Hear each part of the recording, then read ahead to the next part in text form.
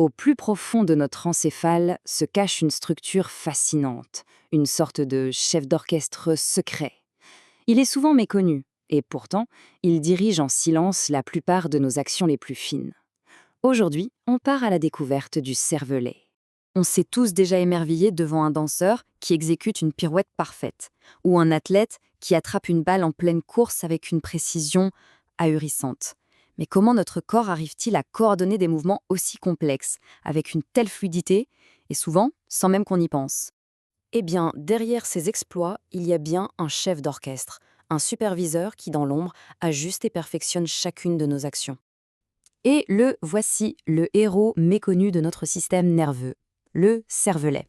Son nom, littéralement, ça veut dire petit cerveau. Et vous allez voir qu'il porte bien son nom, car il est responsable de la grâce et de la précision de tous nos mouvements. Bon, maintenant qu'on a fait connaissance, allons voir d'un peu plus près à quoi il ressemble, parce que sa structure est tout aussi fascinante que ses fonctions, vraiment.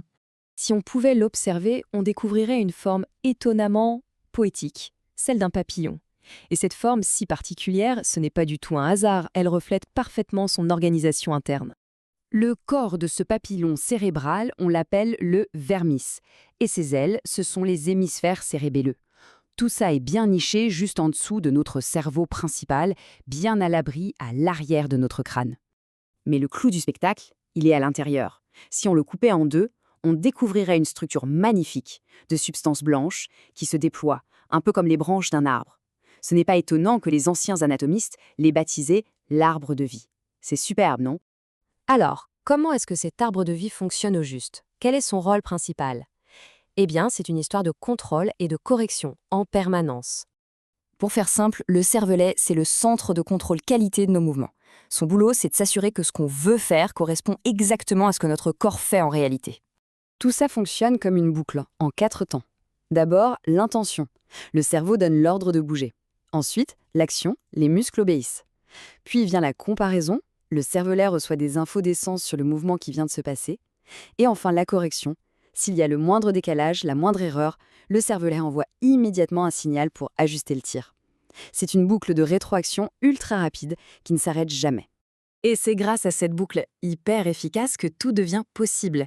Non seulement coordonner des gestes très complexes comme parler ou danser, mais aussi des choses plus simples comme réguler notre posture ou simplement maintenir notre équilibre sans y penser. Bien sûr, pour accomplir une tâche aussi colossale, le cervelet ne peut pas travailler en solo. Il doit être incroyablement bien connecté au reste du système nerveux.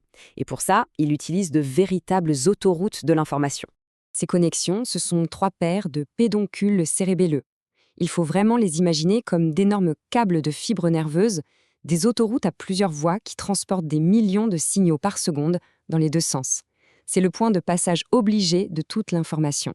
Jusqu'ici, on a vu le cervelet comme le maître incontesté du mouvement, mais les recherches récentes nous ont révélé une toute autre facette de ce petit cerveau, une facette bien plus surprenante. On a longtemps cru que son rôle s'arrêtait là, à la motricité. Mais si on pense ça, on le sous-estime grandement.